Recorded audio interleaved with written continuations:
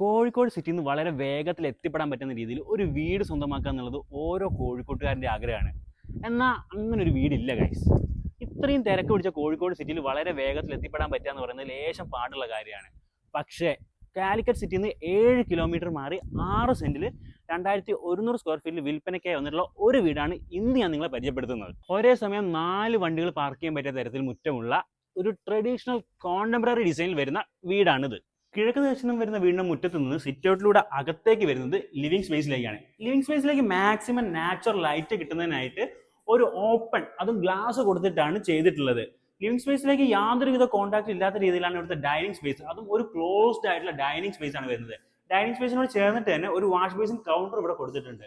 ഒരു modular open kitchen, അതും breakfast കൗണ്ടറോട് കൂടിയിട്ടുള്ള ഒരു മോഡുലാർ കിച്ചൺ ആണ് ഇവിടെ ചെയ്തിരിക്കുന്നത്. കിച്ചണിൽ തന്നെ നോക്കുകയാണെന്നുണ്ടെങ്കിൽ കൂടുതൽ കബോർഡ്സും ക്യാബിനറ്റ്സും എല്ലാം ഇവിടെ കൊടുത്തിരിക്കുന്നത് നമുക്കിവിടെ കാണാം.